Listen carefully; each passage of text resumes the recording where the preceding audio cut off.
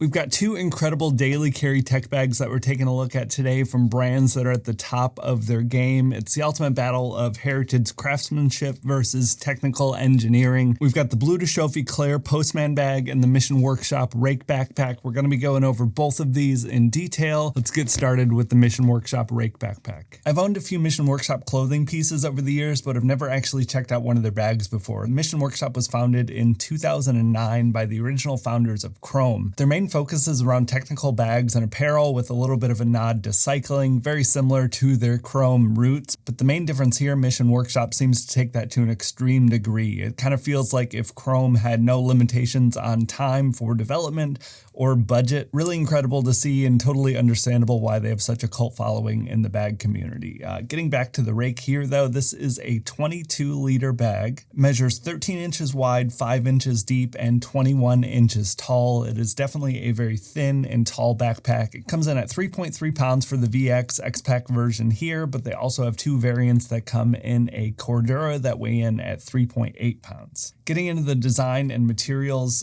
this is an absolutely overwhelming bag when you first get it. Even for me, who's reviewed dozens and dozens of backpacks, I feel like there is a kind of steep learning curve when you first pull this out of the box, but once you get used to it and once you learn everything, it is relatively simple after some time. This is without a doubt the most weatherproof and rainproof bag I've ever tested, because outside of the X-Pack, which is really great in the rain, it doesn't absorb any moisture and it's completely waterproof. They have full AquaGuard zips on all of the external zippers. This thing can handle an extended downpour with absolutely no problem and no concern for your expensive tech inside. I'm going to be covering all the layout and organization in a moment here, but going over some of the other external features. On the back side, you have a really beefy top handle here that's kind of reinforced on the inside, so not just a nylon strap or anything. And going over the shoulder straps themselves, very minimal to no padding in here, which was surprising.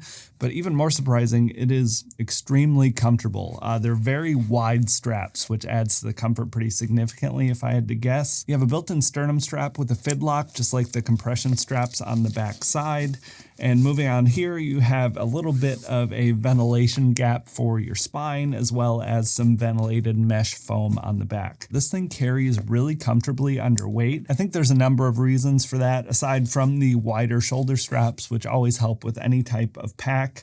You have a really thin profile here, so it's going to keep the weight really close to your back. Add in the compression straps and it's going to optimize that weight distribution even further.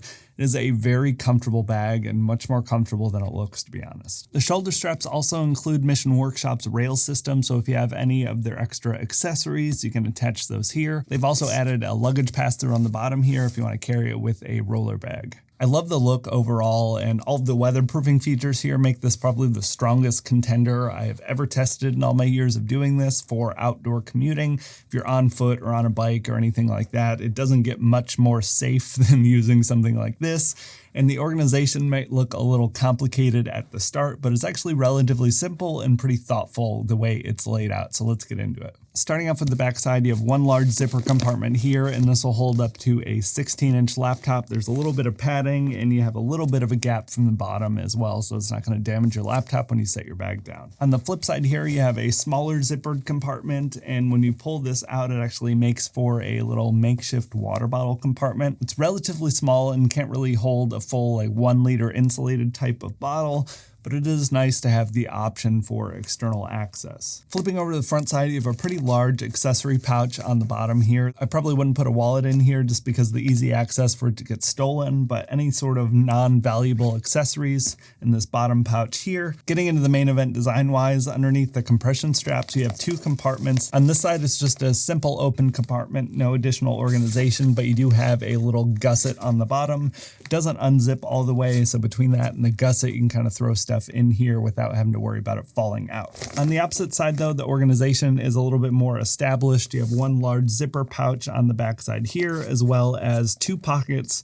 with front zipper pouches in front of them. Really simple, but nice and thoughtful. You even have AquaGuard zippers underneath here. Like I said, every zipper is AquaGuard, which is crazy. A lot of times if companies are putting, extra flaps of fabric over, they're going to skimp out and use cheaper zippers. So it's nice to see, every little detail has been thought of, to the aqua guard there, to the gusset underneath this side.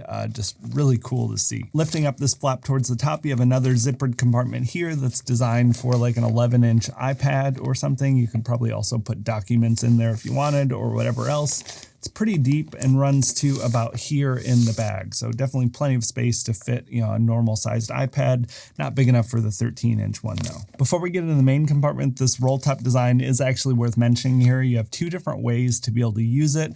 You can use kind of the standard roll top style with this buckle and flip it under here. But if you're not really a fan of buckles and want Velcro, you can attach the buckle right underneath here, and then you can use this Velcro flap to flip everything underneath and Velcro over it. So maybe this makes it a little bit more rainproof. I think it's probably about the same and boils down to a personal preference. I know Velcro can kind of get loud in certain situations, so having the buckle is a nice alternative. That covers everything on the exterior. Getting into the main compartment, you do have one large zipper pocket that runs through that you can keep documents or something in, but essentially it's just one big empty cavern in there, which might be divisive for whether people like it or not. For me personally, I think it's great. You have quite a bit of organization on the exterior for little accessories and things, but you have all of this space if you need to transport anything. That, in addition to the compression straps on the front, you could attach a rain jacket or a sweater or something to it, but you have all of this space to be able to use however you need. So whether you're using this as just a daily carry bag, or you could use it as a gym bag or a travel bag, or someone like me that's on foot a lot,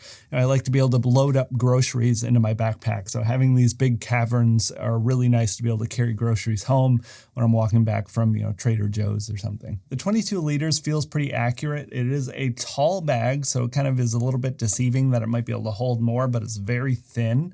I think that's a wise choice though, in terms of weight distribution. It's going to load everything as close to your back as possible, so it's going to carry a lot nicer. Overall, this has been a truly incredible bag to test though. I love when companies are making these like zero compromise type of designs.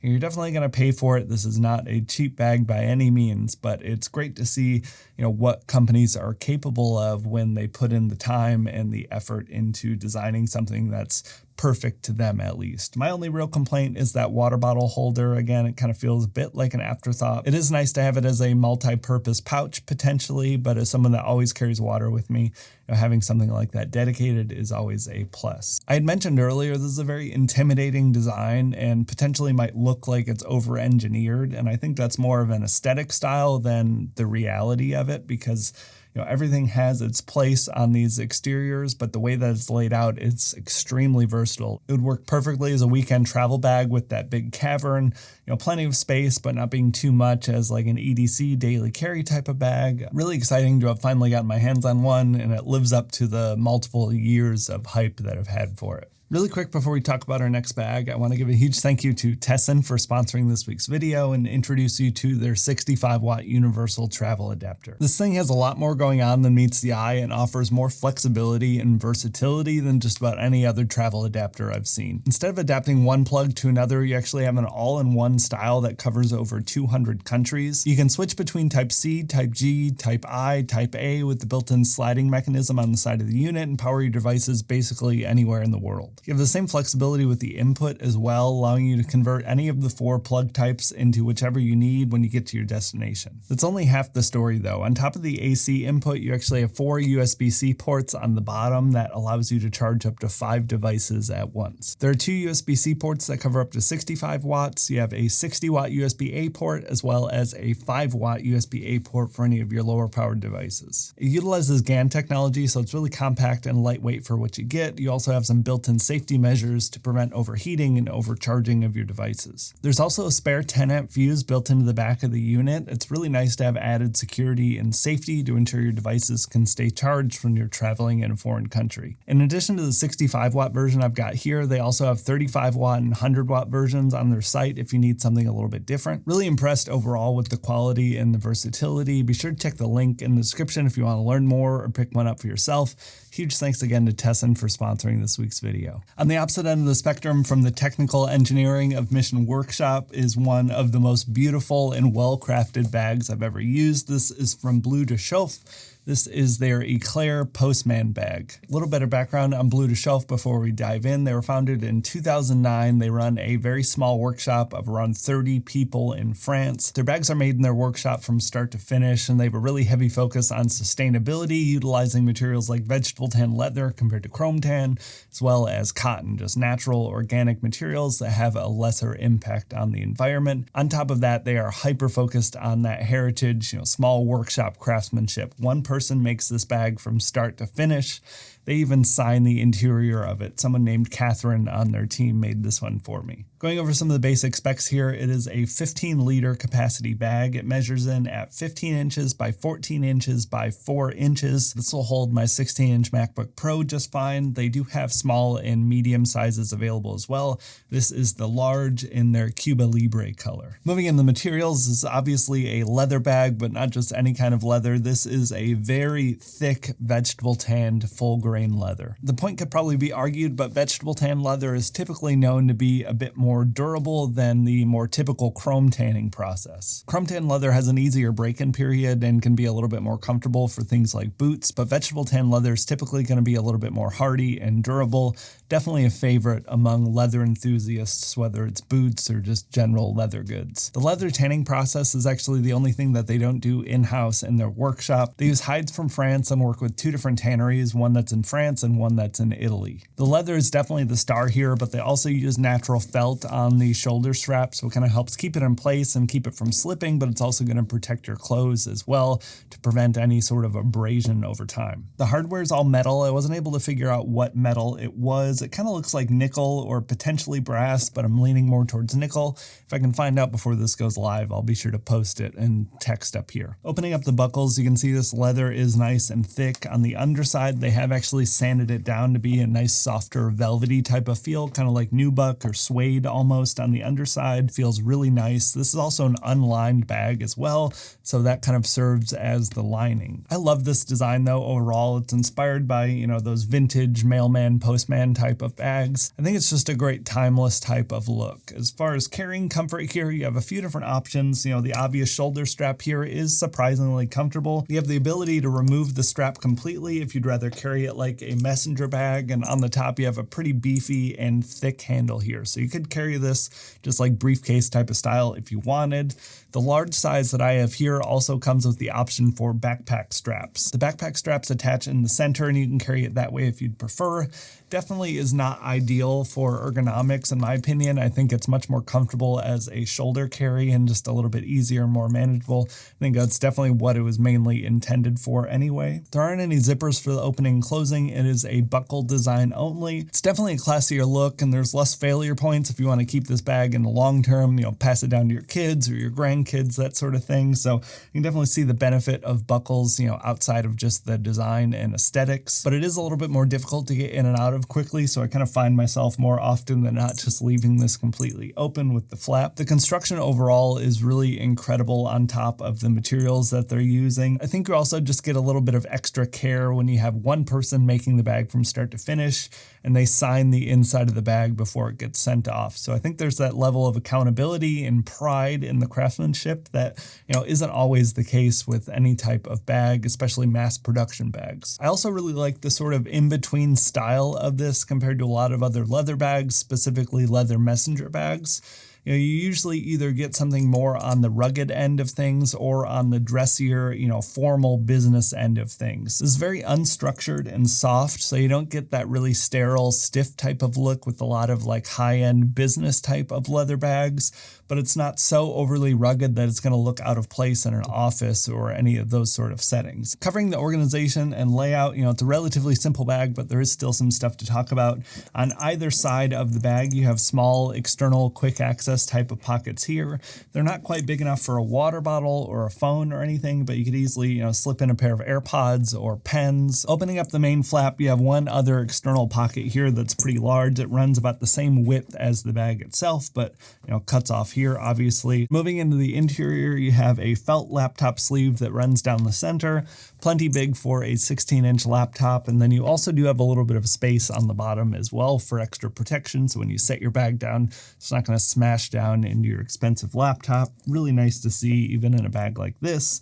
The only other interior organization is a little zipper pouch here that actually can unbuckle and be moved to either side of the bag. They also have a couple of other organizational pouches that you can buy on their website if you want to buckle something in to have on both sides, just to add a little bit of extra organization. Even with a 16-inch laptop, there's quite a bit of storage in here for whatever you might need. I think this would make a perfect daily bag if you just need something to carry on your laptop to and from work or wherever you're headed.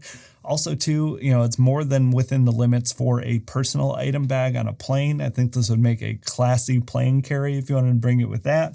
Very versatile in both the style and aesthetics, but also, what you can do with it. There's a little bit of organization, but not too much, and you just get this classy, refined, timeless type of style. This is something that can be passed down generation after generation after generation if you take care of it properly. Really impeccable craftsmanship and build quality. The leather that they're using here feels and looks amazing. They have a few other colors available on their website too. I forgot to mention that earlier. It also smells great. I don't really have any complaints, to be honest. This isn't obviously a one-to-one comparison with a backpack, but if you know what you're getting into with a leather messenger bag, it doesn't really get any better than this. So that's both bags, both at the top of their game, but kind of opposite ends of the style and build spectrum. Which one might be right for you? It's really an impossible question for me to answer. It totally depends on your style preferences. I'm sure you might know which direction you want to go, since these are both two opposite extremes. These are both zero compromise, best at what they do type of bags, and whichever one speaks to you more is probably the right choice. But in a more practical and pragmatic standpoint, if you want something that's a little bit more weatherproof, if you're commuting on foot or by bike, anything like that, the Mission Workshop RHAKE backpack is obviously the way to go. I did that for many years before I worked from home. It was a deal breaker when I was choosing my backpack. So if that's what you need, this is going to be the best option out there. Alternatively, if you want something that's going to fit in a business setting a little more easily, or if you're just a sucker for that classic heritage style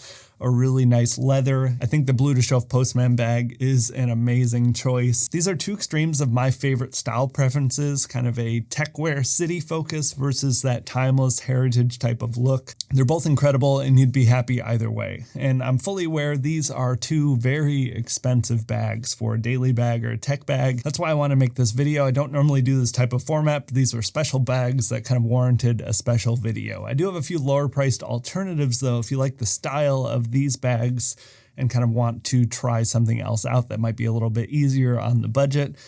For the Mission Workshop backpack, some really good alternatives. Kind of the obvious choice for me was the Able Carry bags. The Daily Plus or the 13 from Able Carry both use this Moss X Pack. They're both extremely water and weather resistant if you're commuting outdoors.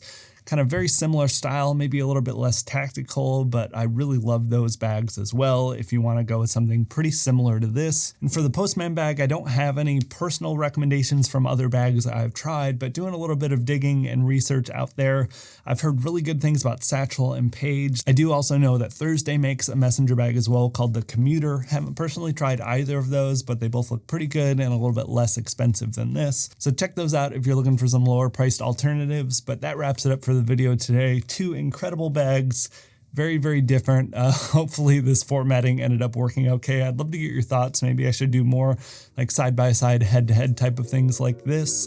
Let me know down in the comments anything else you might want to see in the future as well. Thank you all so much for watching though, and I'll talk to you in the next one.